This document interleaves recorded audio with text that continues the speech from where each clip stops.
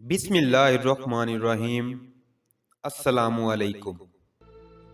فجر کی نماز کا پہلا بڑا فائدہ یہ ہے کہ حضور اکرم صلی اللہ علیہ وسلم نے فرمایا، جس آدمی نے صبح کی نماز ادا کی وہ اللہ کی ذمہ داری میں آ جاتا ہے۔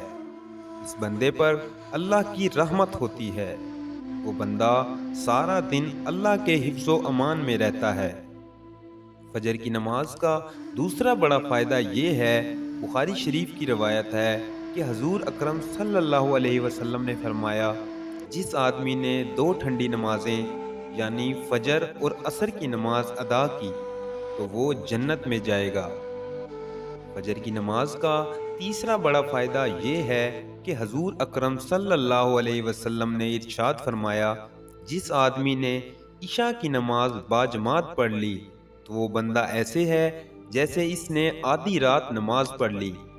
جس آدمی نے فجر کی نماز باجماعت پڑھ لی تو وہ بندہ ایسے ہے جیسے اس نے ساری رات نماز پڑھ لی۔ فجر کی نماز کا چوتھا بڑا فائدہ یہ ہے کہ حضور اکرم صلی اللہ علیہ وسلم نے ارشاد فرمایا، نماز فجر کی 2 سنت رکعتیں دنیا اور دنیا میں جو کچھ بھی ہے اس تمام سے بہتر ہیں۔ فجر کی نماز کا 5واں بڑا فائدہ یہ ہے کہ رسول اکرم صلی اللہ علیہ وسلم نے فرمایا، تمہارے پاس دن اور رات کے فرشتے آتے ہیں اور یہ فرشتے فجر اور عصر کی نماز میں جمع ہوتے ہیں، اور پھر یہ فرشتے اللہ تعالیٰ کے پاس جاتے ہیں۔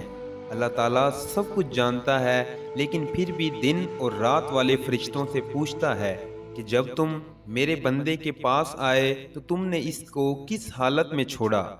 فرشتے کہتے ہیں کہ اے اللہ، تیرا وہ بندہ نماز پڑھ رہا تھا، تیرے سامنے جھکا ہوا تھا۔ اللہ تعالیٰ ہمیں نماز پنجگانہ پڑھنے کی توفیق عطا فرمائے، آمین۔